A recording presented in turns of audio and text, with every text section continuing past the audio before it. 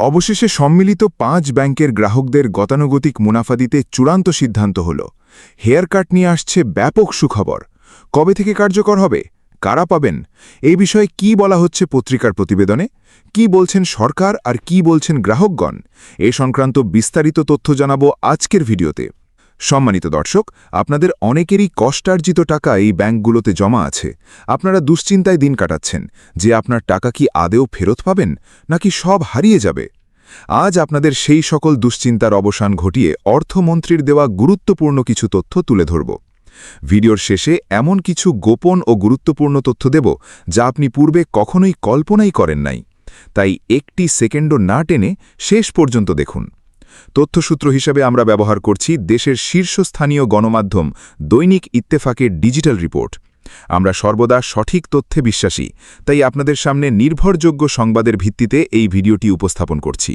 দেশের banking sector নিয়ে যখন চারদিকে নানা আলোচনা সমালোচনা, ঠিক তখনই জাতীয় সংসদে অর্থমন্ত্রী আমির খসরু মাহমুদ চৌধুরী এক অত্যন্ত গুরুত্বপূর্ণ বক্তব্য দিয়েছেন। সংসদ সদস্য মোহাম্মদ আব্দুল আলিমের এক প্রশ্নের জবাবে তিনি তুলে ধরেছেন এই ৫টি ব্যাংকের ভবিষ্যৎ পরিকল্পনা। বর্তমানে দেশে বেসরকারি পর্যায়ে ৪৪টি অনুমোদিত ব্যাংক পরিচালিত হচ্ছে, তবে এর মধ্যে ৫টি শরিয়া ভিত্তিক ব্যাংক তীব্র সংকটের মুখে পড়েছিল। গ্রাহকদের আস্থার সংকট আর তারল্য সংকট মেটাতে সরকার এই ৫টি ব্যাংককে একীভূত করে একটি শক্তিশালী অবস্থানে নিয়ে যাবার সিদ্ধান্ত নেয়। এই ৫টি ব্যাংক হল এক্সিম ব্যাংক, ফার্স্ট সিকিউরিটি ইসলামী ব্যাংক, সোশ্যাল ইসলামী ব্যাংক, ইউনিয়ন ব্যাংক এবং গ্লোবাল ইসলামী ব্যাংক। এই ৫টি ব্যাংক মিলে এখন গঠিত হয়েছে সম্মিলিত ইসলামী ব্যাংক। এখন আপনার মনে প্রশ্ন আসতে পারে, এই যে ব্যাংকগুলো একীভূত হল, তাতে আপনার জমানো টাকার কি হবে? অর্থমন্ত্রী জানিয়েছেন, আমানতকারীদের টাকা ফেরত দেওয়ার লক্ষ্যে ব্যাংক রেজলিউশন অধ্যাদেশ ২০২৫-এর আওতায় একটি বিশেষ স্কিম প্রণয়ন করা হয়েছে।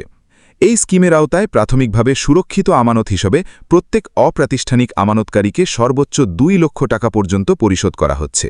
অর্থাৎ যাদের আমানত ছোট, তারা অগ্রাধিকার ভিত্তিতে তাদের টাকা ফেরত পেতে শুরু করবেন। আর যাদের এর বেশি টাকা জমা আছে, তাদের টাকাগুলো স্কিম অনুযায়ী পর্যায়ক্রমে পরিশোধ করা হবে। এটি একটি নিয়মতান্ত্রিক প্রক্রিয়া, যাতে ব্যাংক ব্যবস্থার ওপর কোনো চাপ না পড়ে এবং গ্রাহকরাও তাদের টাকা নিশ্চিতভাবে ফেরত পান। আজকের এই খবরের সবচেয়ে আবেগঘন এবং মানবিক দিকটি হল অসুস্থ গ্রাহকদের নিয়ে সরকারের সিদ্ধান্ত। অনেকেই আছেন যারা সারা জীবনের সঞ্চয় ব্যাংকে রেখেছিলেন নিজের বা পরিবারের চিকিৎসার জন্য, কিন্তু ব্যাংক সংকটে পড়ে তারা নিজেদের চিকিৎসার খরচ চালাতে হিমশিম খাচ্ছেন। অর্থমন্ত্রী এই বিষয়টি অত্যন্ত গুরুত্বের সাথে সংসদে তুলে ধরেছেন। তিনি জানিয়েছেন, যারা কিডনি ডায়ালিসিস করছেন কিংবা ক্যান্সারের মতো মরণ ব্যাধিতে আক্রান্ত, তাদের জমানো টাকা ফেরতের বিষয়টি সরকার সর্বোচ্চ অগ্রাধিকার দিচ্ছে। এছাড়াও ব্রেইন টিউমার, হার্ট এবং ফুসফুসের জটিল অপারেশনের প্রয়োজন হলে প্রয়োজনীয় অর্থ ছাড় করার বিশেষ নির্দেশনা দেওয়া হয়েছে।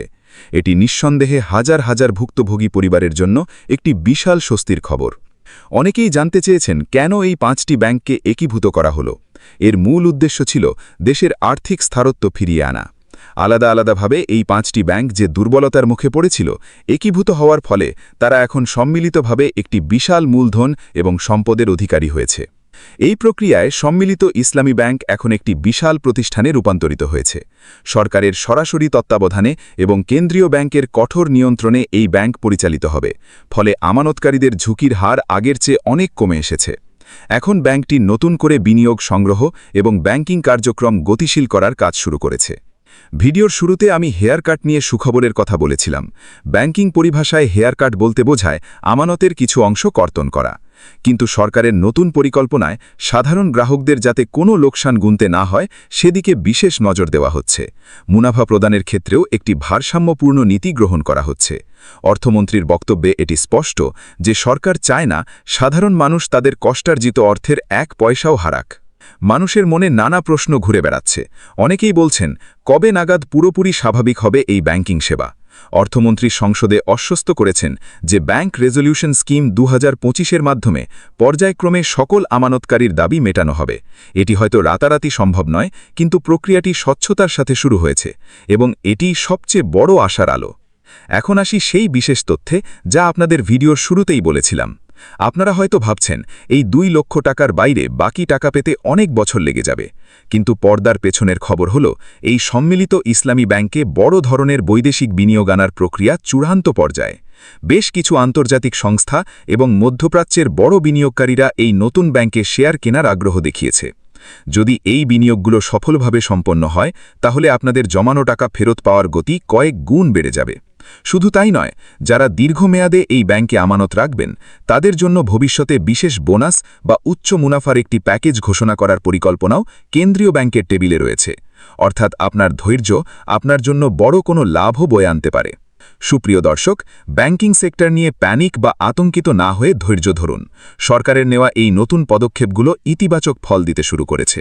আপনার যদি পরিচিত কেউ এই 5 ব্যাংকের গ্রাহক হয়ে থাকেন এবং তিনি গুরুতর অসুস্থ হন, তাহলে দ্রুত ব্যাংকের বর্তমান ম্যানেজমেন্টের সাথে যোগাযোগ করার পরামর্শ দিন। আজকের এই ভিডিওটি যদি আপনার উপকারে আসে, তাহলে অবশ্যই লাইক দেবেন এবং আপনার মতামত কমেন্ট বক্সে জানাবেন। ব্যাংকিং খাতের এমন আরও আপডেট পেতে আমাদের চ্যানেলটি সাবস্ক্রাইব করে পাশে থাকা বেল আইকনটি বাজিয়ে দিন। সবাই ভালো থাকবেন, সুস্থ থাকবেন। আল্লাহ হাফেজ।